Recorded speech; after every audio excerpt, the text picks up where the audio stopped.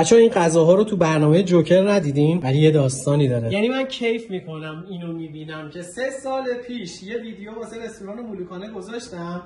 امروز میبینیم که غذای برنامه جوکر هم داره میده. شما خودت ببین دیگه، زرش پلو با مرغشون این شکلیه. شما گردن رو نگاه، باقالی پلو با گردن. من امروز مهمون داشتم. اصولا مهمون که دارم از جاهای خیلی ویژه و خاص غذا میگیرم. یکیش همین مولوکانه است. چلو کباب لاتی 2 نفره. ببین حجم رو نگاه کن. این فیلمش فکر کنم اون زمان 2-3 میلیون ویو خورده بود. کباب فیله رول سلطنتی، هم فیله گوسفندی داره هم فیله مرغ. من فیش غذا رو هم نشونتون بدم. قیمت غذاها یه مقدار ممکنه بالا باشه ولی انصافا به حجمش میارزه. حجم و کیفیت. قیمه رو شما نگاه کن، پر گوشته. یا این اکسیر قرمه سبزی رو شما نگاه کن. خدا رو شکر این برند با من کار کرد و اون ویدیویی که گذاشتم واسهشون و خودشون هم واقعا به من لطف دارن که میگن آقا این اصلا این انرژی که این کارو ما ادامه بدیم از ویدیوی تو بود. خدا رو 100,000 مرتبه شکر. اینقدر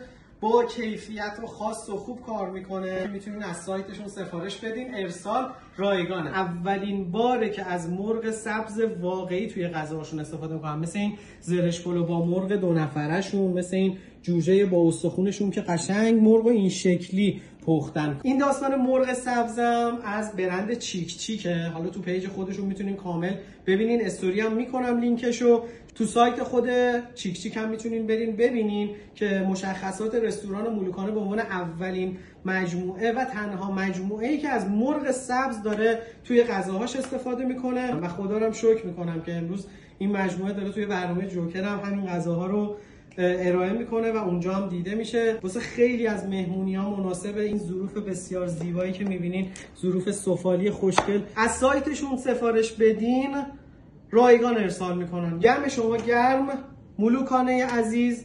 و باعث افتخار بنده است که به عنوان اولین نفری که معرفیتون کردم و امروز میبینم چقدر موفق، چقدر با کیفیت دارین پرقدرت به کارتون ادامه میدین. فقط هم بیرون بردارم. واسه کنار غذا از این خوشمزه های خوشگل سفارش دادم. همه ظرفا رو اونجا ظرف آماده است. خود بچه‌ها بیان بردارن. گفتم قبلش دیگه من فیلممو گرفته باشم. الان دارن فوشم میدن، من که رفتم.